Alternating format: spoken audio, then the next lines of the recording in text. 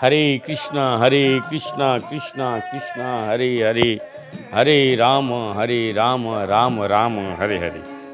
हर एक मंदिर प्रतिदिन हमारे छोटी सी जगन्नाथ, बलदेव, सुभद्रा माई तथा सुदर्शन और छोटी सी लड्डू गोपाल तथा राधा श्याम सुंदर जी का विग्रह एवं नारायण विष्णु शिला तथा चैतन्य गौड़िया मठ, श्री चैतन्य गौड़िया मठ के विग्रह की चित्रपट तथा गिरिराज जी के चित्रपट और तत्पश्चात गुरु परंपरा, सभी के दर्शन के साथ साथ सभी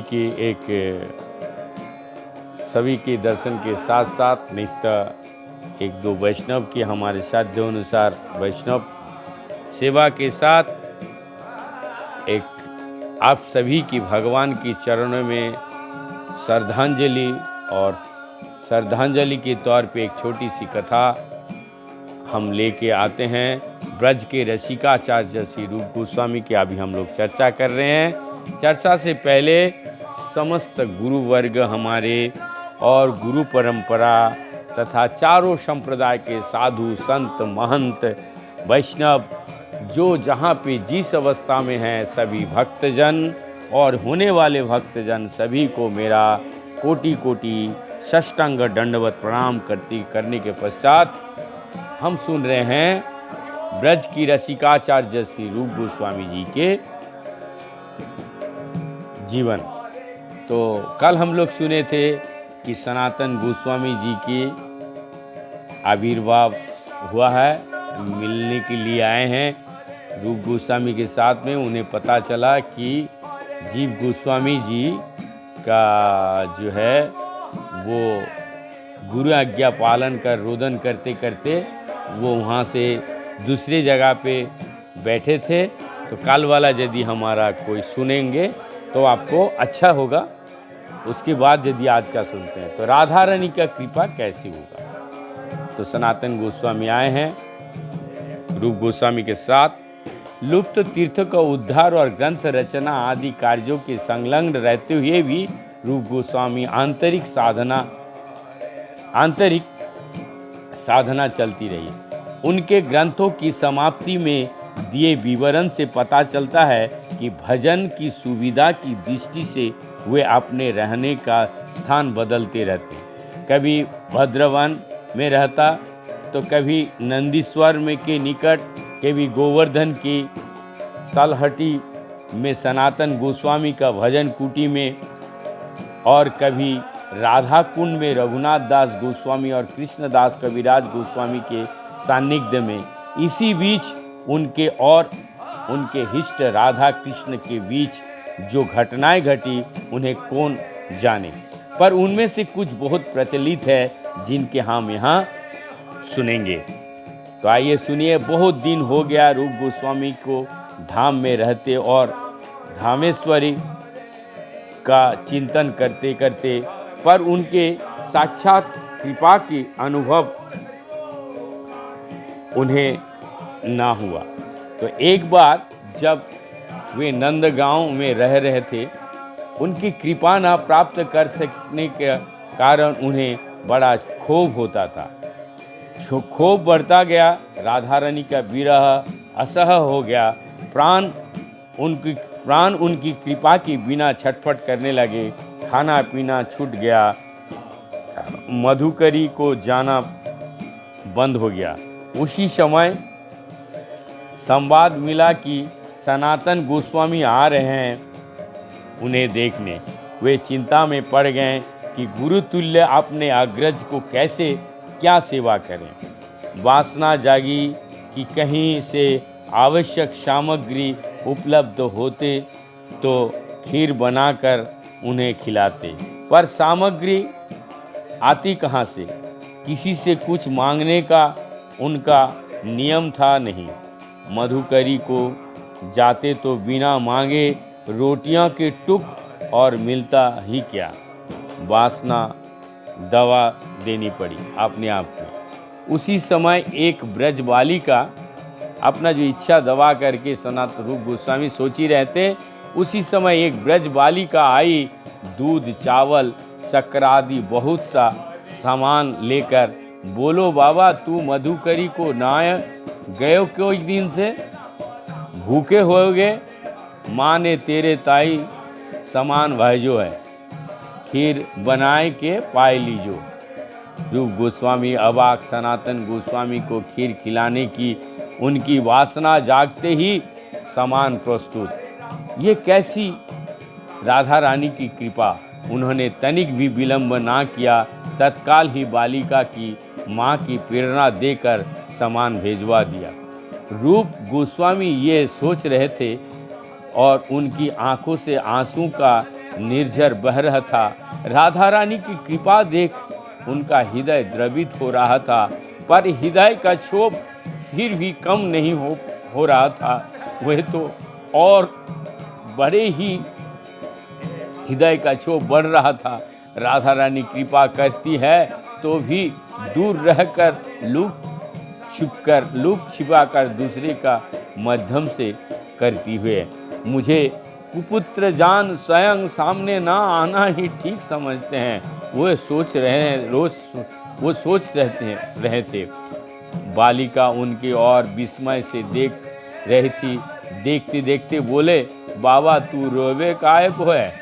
दुर्बल हो खीर बनवाए के शक्ति नाई जा मारे। तो ला खीर मैं बनाए दूं? ना लाली, खीर तो मैं बनाए लूँगा, दुर्बल नहीं हूँ। बाबा तेरे मोहड़े तो सुख रहे, हाथ पैरन में जान दिखे नाई। खानो पीनो बंद कर रखो है, मधुकरी को जाए नाई। तू दुर्बल तो अपय होगे, क्यों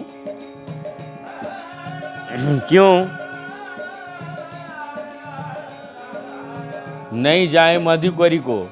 लाली मधुकरी के लिए ही क्या ब्रज में पड़ा हूँ तो ब्रजेश्वरी की कृपा के लिए। जब वे कृपा करती ही नहीं तो मधुकरी करके क्या करूँगा? बाबा तू जाने नाई, कृपा तो पे हो ही रही है, तबई तो के यहाँ रखे हैं राधा रानी ने। माँ कहो करे, बाकी कृपा के बिना को ब्रज में रह नहीं सके। जासे तू दुख मती करो, अच्छो मैं जाऊं खीर बनाए के पाए लीजो। नहीं, राधा रानी दुख पावेंगी। वो बालिका स्नेह भरी दृष्टि से बाबा की ओर देखती और मुस्कुराती वहाँ से चली गई। मृदु मधुर स्वर में भोली बालिका के अंतिम शब्द ने और उसकी स्नेहमयी मधुमयी दृष्टि ने बाबा के हृदय में एक नए आलोड़न की सृष्टि की। थोड़ी देर में सनातन गोस्वामी आ गए। खीर बनाकर रूप गोस्वामी ने उन्हें खिलाया। खीर के अप्राकृतिक सुगंध और स्वाद से वे चमकृत रह गए। उसे खाकर जो अप्रकृत नशा चढ़ा, उसे देख उनका कौतूहल और भी बढ़ गया। रूप गोस्वामी से उन्होंने कहा, रूप ऐसी खीर तो मैंने कभी नहीं खाए, तुमने कैसे बनाई? रूप गोस्वामी ने सब वृत्तांत कह सुनाए। सुनते ही सनातन गोस्वामी के शरीर में एक सिहरन दौड़ गई। वे अश्रुसिक्त विस्फारित नेत्रों से रूप गोस्वामी को और देखते रह गए। कुछ देर बाद बोले, रूप तुम नहीं जानते कि वो बालिका जो खीर की सामग्री लाई थी कौन थी? वो स्वयं राधा रानी थी। तुमने उन्हें इतना कष्ट दिया, वो अपना भक्त को भूखा रहते हुए देख सकता है? आप फिर कभी जानबूझकर भूखे रहने की बात ना सोचना। और देखो अपने लिए ये कैसी और अपने लिए किसी और के लिए किसी वासना को भी हृदय में स्थान ना देना। भक्त की वासना को पूर्ति के लिए ही राधा रानी स्वयं चंचल हो उठती है। तुम्हारे हृदय में मुझे खीर खिलाने के लिए जो वासना हुई थी वो वही एक कारण है उनके स्वयं इतना कष्ट करने का। ये सुन रूप गोस्वामी के नेत्र से अश्रुधारा बह चली। बालिका के अंतिम शब्द खीर बनाई के पाए लीजो, नहीं राधा रानी दुख पावेंगे। उनके कर्णद्वार में गूंजकर अश्रुधारा को रोकने में बाधा डालने लगे। वे खीर खाते जाते और प्रेमाश्रु उमड़ उमड़ कर उन्हें अनिर्वाचनीय भाव राज्य में बहकर ले जाने पड़ते। उन्हें सनातन गोस्वामी जी का वचनों की पुष्टि के लिए किसी ब्रह्म साक्ष्य की आवश्यकता तो थी नहीं, पर ब्रह्म साक्ष्य से भी उनकी पुष्टि अपने आप हो गई। जब वे दूसरे दिन उसी बालिका के घर गए, मधुकरी को। उसे वहाँ ना देखकर घर वालों से पूछा तो उन्हें कहा वो तो बहुत दिन से मासी के घर दूसरे गांव गई है, अभी आई कहाँ है। अब और भी इस बात में संदेह करने का कोई आवश्यकता ना रहा कि उस ब्रज बालिका के रूप में राधा रानी ही आई थी। खीर की सामग्री लेकर आना तो था ही, उन्हें अपने दोनों प्रिय भक्तों के एक साथ सेवा करने के अवसर उन्हें फिर कब मिलेगा। प्रियदास जी भक्तमाल में टीका के सूत्र में इस घटना का उल्लेख इस प्रकार किए हैं। रहे नंद गांव रूप आय से सनातन जू, महासुख रूप भोग खीरी को लगायो। नेकु मन आई सुखदाई प्रिया लाडली जू, मानो कौ बालिका सुसोज सब लाई। करी के रसोई सोई लई प्रसाद पायोई, भायोई अमल सो आयोई बड़ी, पूछी सो जतायोई। फेरी जिन ऐसी करोई, एही दिड़हिए धरोई।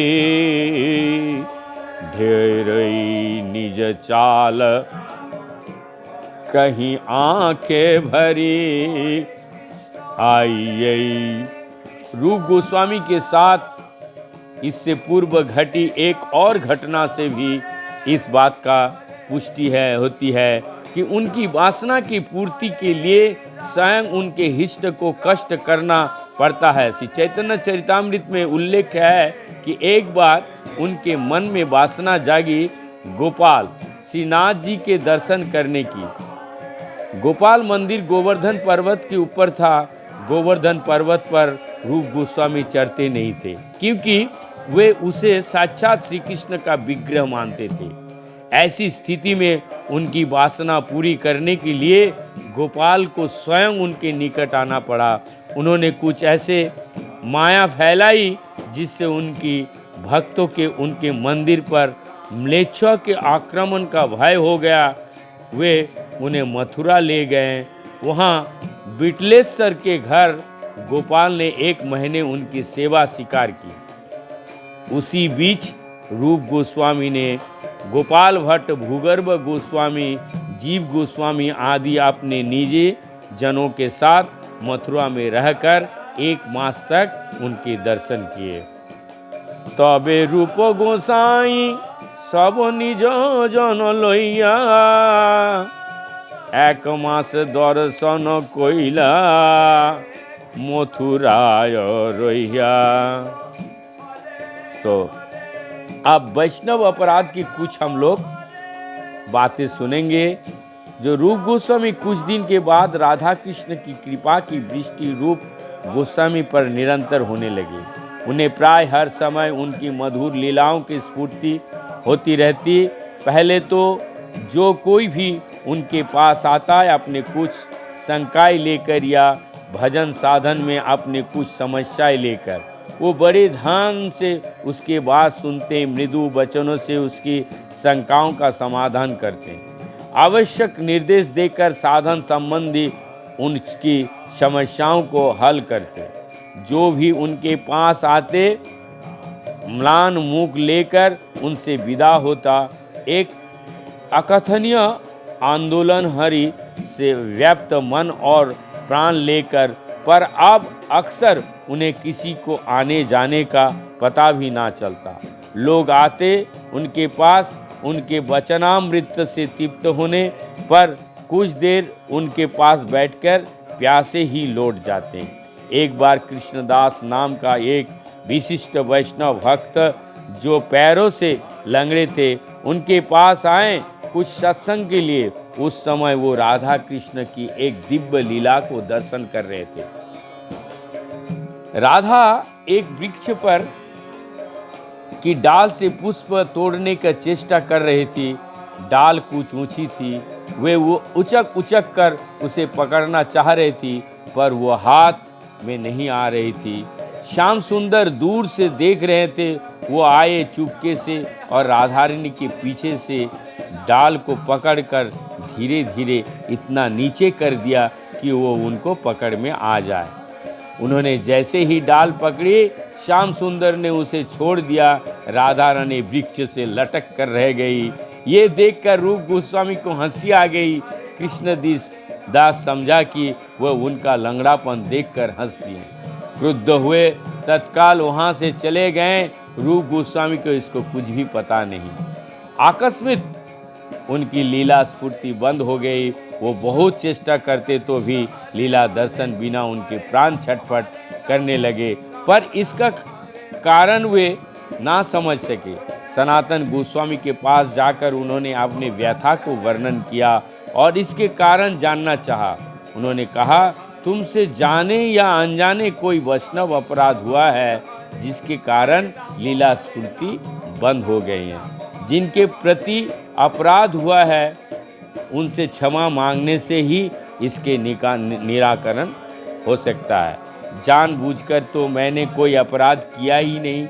यदि अनजाने में किसी के प्रति कोई अपराध हो गया तो उसका अनुसंधान कैसे हो? रूप गोस्वामी ने पूछा। तुम वैष्णव सेवा का आयोजन करो, स्थानीय वैष्णवों का निमंत्रण दो। यदि कोई वैष्णव निमंत्रण स्वीकार ना करे तो जानना कि उसी के प्रति अपराध हुआ है। सनातन गोस्वामी जी ने परामर्श दिया। इसके बाद रूप गोस्वामी जी ने ऐसा ही किया। कृष्णदास बाबा ने निमंत्रण स्वीकार नहीं किया। जो व्यक्ति निमंत्रण देने के लिए भेजा गया था तो उसे उन्हें रूप गोस्वामी के प्रति क्रोध व्यक्त करते हुए उसी दिन की घटना का वर्णन किया। तो इसके बाद हम लोग कल सुनेंगे रूप गोस्वामी जाकर उनसे क्षमा मांगे और क्या क्या वार्तालाप हुआ, तो कल सुनेंगे ये वैष्णव अपराध। हरे कृष्ण कृष्ण कृष्ण हरे हरे, हरे राम राम राम हरे।